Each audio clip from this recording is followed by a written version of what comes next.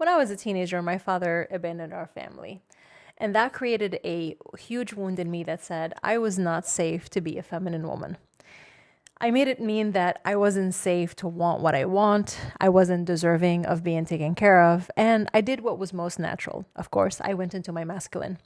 You can imagine what my relationships were like in my early 20s before I worked through this. But the most interesting part, I think, is how it showed up in business. Because I wasn't going to look for a sugar daddy because, I was going to make my business my sugar daddy. The business was never going to leave me. The business was going to be the provider.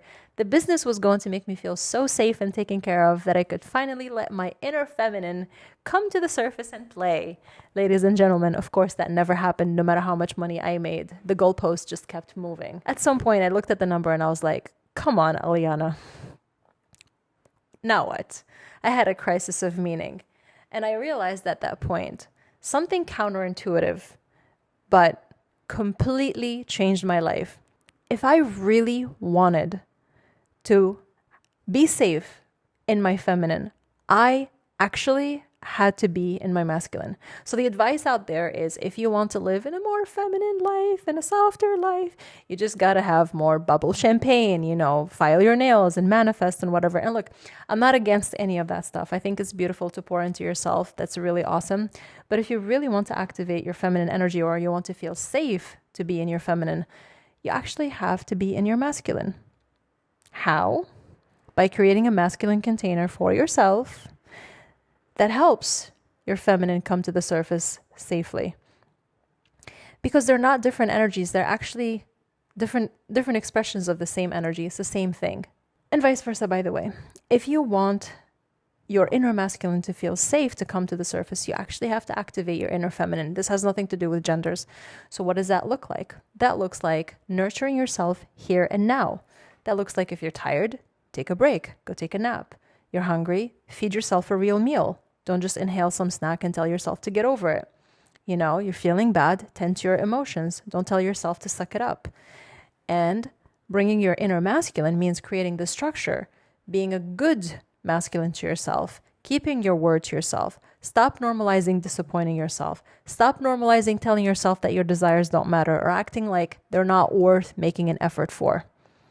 This is the thing that happens every time you deny what you desire, is that you're sending a message to your subconscious that says, you are not worth it. You don't deserve it. You don't deserve the effort. You don't deserve me. Actually, the fact that you desire this is not enough of a reason for me to get up and get it for you. You cannot consciously override that, by the way. Your subconscious is constantly watching and taking notes. It's kind of like you have to be the mom and dad in your life. And this is not about genders. And you could be someone who comes from a single parent household. And that one parent could model for you a perfect balance of masculine and feminine. You don't need parents who are living the typical gender roles. That's not the idea. The idea is that each one of us has masculine and feminine traits, and we need to activate both in a healthy way in order for the masculine and feminine to be healthy. To have your desires and live like a child who says, I want ice cream, right? I want ice cream. And then your inner masculine would come to the conversation like, okay, I will stand in line for you. I will brave the line to get you the ice cream, right? I want ice cream because that'll make me happy. And your inner feminine says, the fact that you desire ice cream is good enough of a reason. Let's make it happen. That's what makes your inner child safe to desire more. But instead, what happens is, because we keep sending a message that our desires don't matter and we keep ignoring them, what happens is eventually we get to a point where our minds do something really insidious. It turns down the volume on the desire. It makes it sound like we don't even want it that much. So we tell ourselves stories like, oh, how am I going to make it happen? I don't know how am I going to make it happen. Therefore, let's negotiate a second grade watered down version of this, which is not even what you want. But, it's okay. You're going to settle for this. This is good enough. This is good enough, right? This is good enough. It'll even make you feel ungrateful for wanting more, or make you question your sanity, or make you feel selfish. Like you have employees to take care of. What do you mean you're not fulfilled in your business? You have a family to take care of. What do you mean you don't like the career? It'll make you feel ungrateful, like if you're not happy in a relationship. What do you mean? They're a good partner. Yes, there's no sparks and there's no chemistry and there are no conversations and you guys are living in two separate worlds, but that's totally fine. What do you mean you're unhappy with your body and every day you sit in front of the closet and you worry about what am I going to wear because nothing fits and you're not feeling comfortable? You have a body. Shut the fuck up. Be grateful. You're not crippled or whatever. Like it tells you stories that are just fucking wacky, about why you should be grateful. Breaking news. A woman discovers that fine and fulfilled are in fact two different words.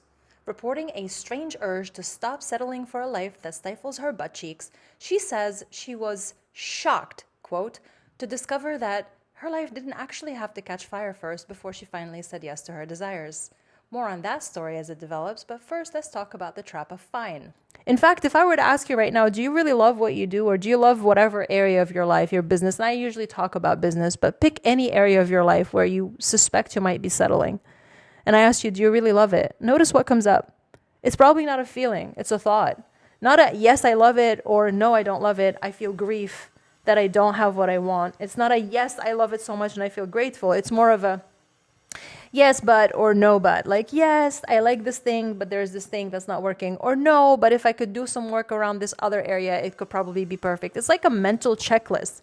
Like your mind is working really hard to convince you that things aren't so bad and that you can salvage them.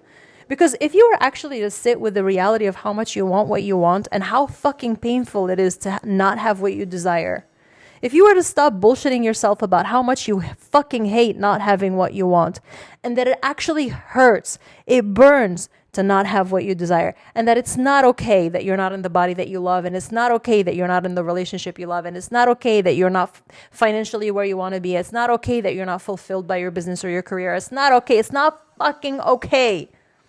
It's not okay. At the risk of sounding like a fucking brat who is so ungrateful and selfish and crazy, yes. But it's not okay that you don't have what you want without being ungrateful for what you got, by the way. But it's not okay. It's not okay. It's not good enough. I want more. If you were to actually let yourself sit with that, that is scary. That is scary because it means you might have to make really big changes in your life. Like you might have to start all over. The business you worked so hard to build, the successful business you worked so hard to build, the career you created. What do? Do you scratch it and start over? What if you have no idea how to make it a reality? The relationship, what are you going to do with the relationship? And it's not so bad because the biggest enemy to the life you want is not a crisis. It's not the things that you stay up at night thinking about. It's the fact that things are fine. And fine does not elicit a change. Fine is good enough. It's not good enough to actually feel alive, but it's not bad enough to get up and do something about it. So you just stay in the same life, And you keep presenting Exhibit A, all my rationalizations. Look, Your Honor, look at all the reasons why change is not viable right now. It's too complicated, too much money, too much time, too hard. I have no idea. I don't know what to do. I don't know what I want is another great one. By the way, let me tell you something. If you're sitting there like, the reason why I haven't made a change is because I don't know what I want, I'm going to call bullshit. Just the fact that you feel uncomfortable means that your desire is actually clear. You think you don't know what you want. You do know what you want, but your mind is really good at being like, you don't know what you want. It's making you believe you don't know what you want. You actually do know what you want. You're not facing it. It's too scary. It's too painful. What is it going to cost you? I have a great meditation. If this is in the context of business, I have a great meditation called the Brand Essence Meditation. I'll put a link in the description. Go do it. 16 minutes will give you immediate clarity about the kind of brand you want to build.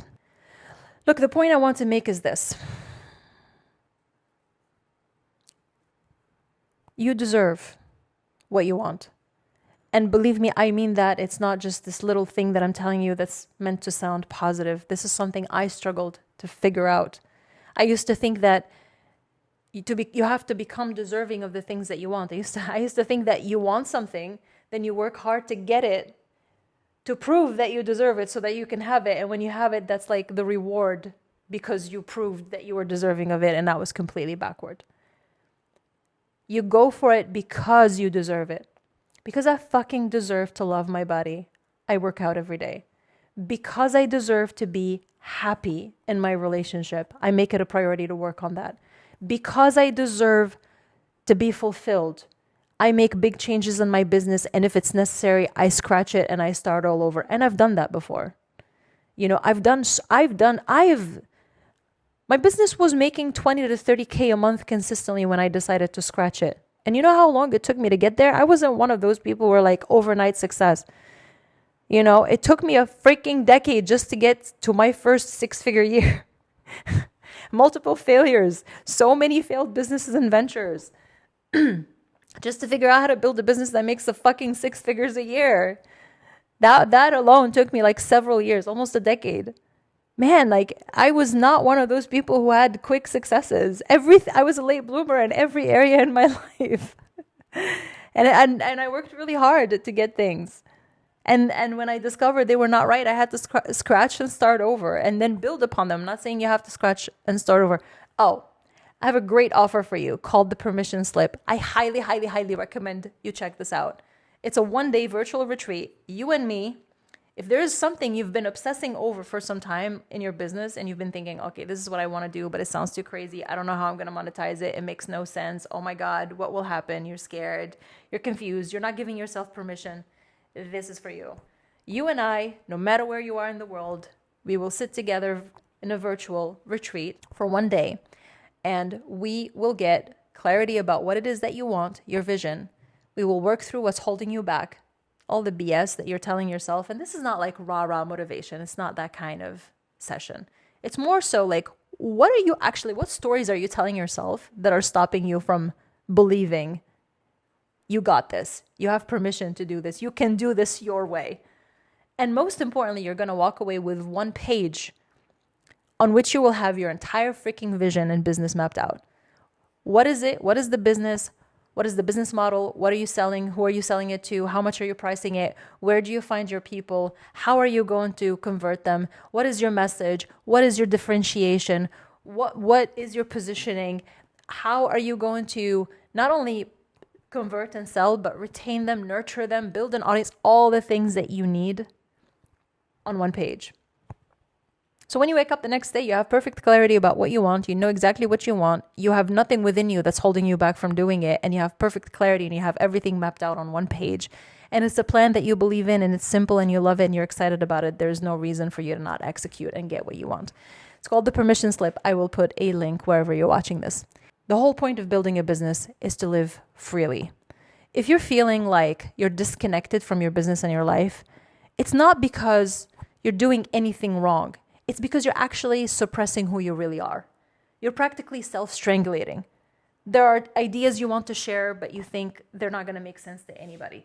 There are offers you want to create, but you don't believe they're going to sell or make money or anybody is going to want them. You want to create content, but you're like, well, but how is this going to perform? Everything is filtered through the lens of how will people receive it? Will it make money? Will it sell? Does it make sense? Am I allowed to do it?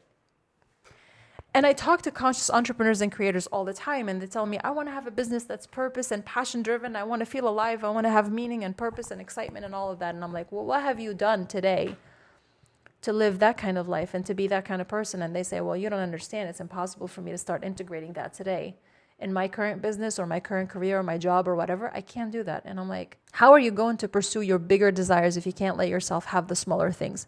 You can't build a life of full expression if you're constantly talking yourself out of it and overriding your desires on the way there. You have an urge or a desire to get up and go take yourself on a creative date and you're like, I don't feel like getting dressed right now. You have a desire to, you have a desire to just like wear a fucking silk robe and light some incense and play some retro jazz music in the background. And you're like, well, I'll do that later. And you keep pushing through and you hate your work session. You have a desire to write a little post about something that is true to you, something that makes you excited, that you're really, really craving to share, but you don't do it. You don't let your soul speak. You are virtually self-strangulating. That's why you're suffocating. That's why you're tired. And that's why you feel exhausted. You feel exhausted because you're working really, really hard to shut your own voice, to suppress your real self. That's a lot of work, my friend. That means the version you've been putting out to the world is not even a reflection of the real you. You are staying at surface level when you're craving the deep end of your own soul. So if you want to have the business that you're meant to have, You want to have the life you're meant to have. You want to really, really feel alive every day. What you need to do is to stop negotiating with your own desires. Stop expecting yourself to provide a logical reason for every fucking desire. How about, I just want this? I want this is a complete sentence. And because I want it, I deserve it. And because I deserve it, I'm going to put in the effort to get it. But I already want it, I already deserve it, and that's more than enough. Check out the permission slip. The link is in the description. I would love to meet you and hear about your vision, and I would love to work with you on it. And if you're not ready, check out the meditation. The brand essence meditation is going to give you immediate clarity in only 16 minutes. I love you, and I will see you next time.